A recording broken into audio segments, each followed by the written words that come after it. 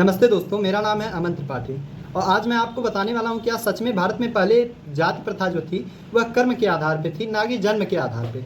आज हम इसी बात को देखेंगे कुछ एग्जाम्पल के मदद से।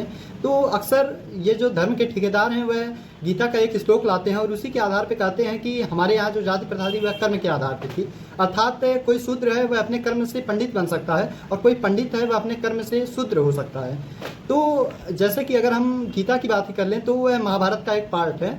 तो महाभारत में अगर हम कुछ पात्रों को देखें, जैसे कि कृपाचार्य, वह अर्जुन के गुरु थे और उन्होंने कौरवों की तरफ से युद्ध लड़ा था। देखिए, जैसा कि उनके कर्म जो हैं वह क्षत्रिय के हैं, फिर भी उन्हें ब्राह्मण कहा जाता था। और अगर आगे देखें, दूसरा एग्जाम्पल है द्रोणाचार्य का। द्रोणाचार्य भी एक ब्राह्मण ही थे और उनको कभी भी उनके कर्म के आधार पर नहीं कहा गया कि वह क्षत्रिय हैं।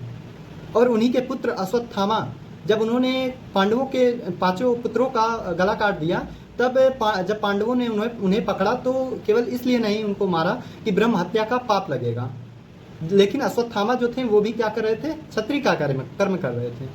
अगर हम आगे देखें तो परशुराम को, जैसे कि परशुराम ब्राह्मण थे और उनको कहा जा रहा था कि उन्होंने कई बार क्षत्रियों का संहार पृथ्वी से कर दिया था। और जो परशुराम थे वह भी एक ब्राह्मण थे, लेकिन उनके जो कर्म थे वह क्षत्रिय के थे। और अगर हम कर्ण को देखें, कर्ण जब उनसे शिक्षा ले रहे थे, जब परशुराम को ये पता चला था कि वह एक क्षत्रिय मतलब नहीं है, वह एक शूद्र हैं, तो उन्होंने उन्हें अपने पास से हटा दिया। और कर्ण का ही एग्जाम्पल देख लीजिए। कर्ण ने के जो कर्म थे वह क्षत्रिय के थे।